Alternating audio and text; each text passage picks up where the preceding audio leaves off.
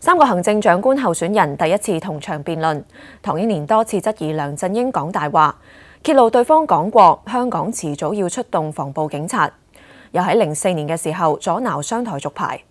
梁振英對於兩項指控都係矢口否認。梁卓琪報導。各位市民，我唔係一個完人，私生活上犯咗嘅錯誤處理得唔夠果斷，令到今次選舉嘅焦點係被轉移咗，我係要負上一定嘅責任。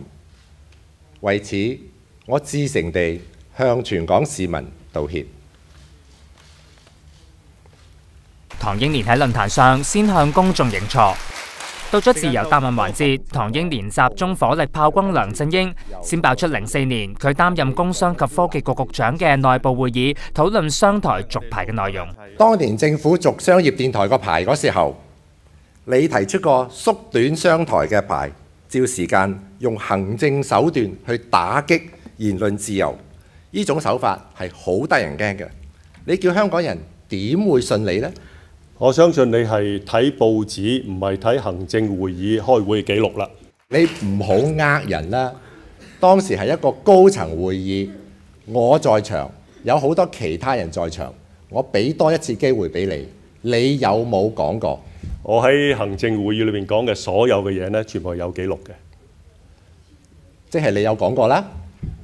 我話你唔好睇報紙，你唔好歪曲事實。起碼你唔好靠睇報紙去睇，你要睇。你係應該認咗佢，但係咁樣嚟扼殺言論自由呢，實在係令到我哋好驚嘅，你知唔知啊？你完全係斷章取義，根本呢大家冇事實作為一個根據。我好似冇俾你講嘢喎。之後再透露喺03年7一大遊行之後，梁振英嘅內部言論。好識得討論應否硬推23條嘅時候，你有冇講過香港始終有一次要出動防暴隊同埋催淚彈嚟對付示威人士？有定冇？我絕對冇講過。你呃人，唔好講大話。請你提供事實。我呢個係我嘅主場，我係在場，有好多人嘅耳仔都聽到。我俾多一次機會俾你，有定冇？你係捏造嘅。辯論中，梁振英話自己去北京開會，促成自由行。唐英年指責對方邀功，又批評梁振英嘅政綱左搖右擺。總結嘅時候，佢咁樣呼籲市民：市民係對未來有恐懼，恐懼黑金介入政治，恐懼政府冇誠信，恐懼特首一錯到底。如果選一個冇承擔、冇口齒，淨係識得玩弄權術嘅特首出嚟，一定會令到香港人心不穩、社會不安。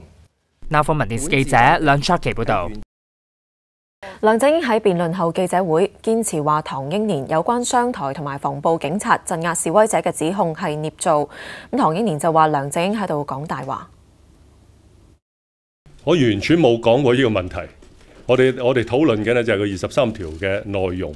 我完全冇講到唐英年先生剛才佢講嘅問題，而且呢，佢亦都冇講到嗰個係行政會議。我記得佢2次都講話係一個高層會議，咁所以呢，請唐英年先生呢，佢講到底佢講緊嘅或者佢所謂聽到嘅係咪行政會議裏面聽到嘅説話？話要用到防暴隊呢句説話呢，係匪夷所思嘅。多謝晒，唔該晒。唐英年啊，咁樣，如果係一個咁嚴重嘅指控，又係捏造嘅。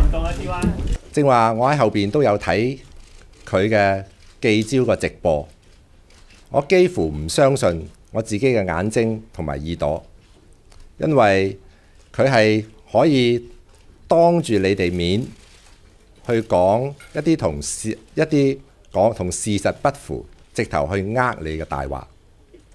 我正話都有留意到佢講緊大話嘅時候呢，佢有一個特徵嘅，佢係會滴汗嘅。一係就係唐英年講大話，一係就係梁振英講大話，係冇中間嘅，係冇第二個可能性嘅，係冇誤解、冇誤會嘅。哇！我哋做香港人真係好擔心。嗱，是但一個有可能會做特首，即係唔使計我啦嚇，係是但一個嘅喎依家。咁香港人呢，就等住見到一個特首，但係又唔知啊係咪講大話嘅，係眼大大對住幾百萬人市民係講緊大話。